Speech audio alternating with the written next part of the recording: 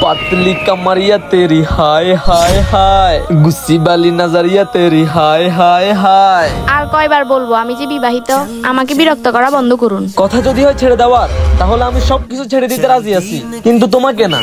এখানে দাঁড়া ভাইয়া, একটা ছেলে প্রতিনিয়ত আমাকে হয়রানি করতেছে। চল দেখা আমাকে। এই তো এই ছেলেটা। শুন ভাই, তুই আমাকে দিয়ে যা ইচ্ছে তা করিয়ে দে, কিন্তু তোর বোনের সাথে আমার বিয়ে করিয়ে দে। আচ্ছা ঠিক আছে ভাই, আজ থেকে 41 দিন পর আমার বোনের সাথে তোমার বিয়ে করাই দিব। আচ্ছা আমাকে আগে কি করতে হবে ওইটা বলো। তোমাকে 41 দিন পর্যন্ত টানা 5 ওয়াক্ত নামাজ পড়তে হবে। আরে শুধু এতটুকু কথা?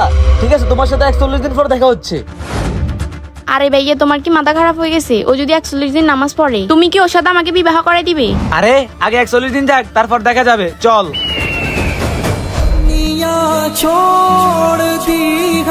আরে এটাই তো ওই ছেলেটা। আচ্ছা আমি যে ভাইয়াকে বলে আসি।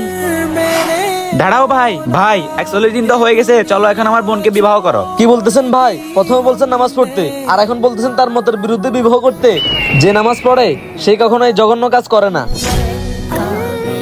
আল্লাহ চাইলে সব সম্ভব। কমেন্টে আল্লাহর নামটি লিখে যান।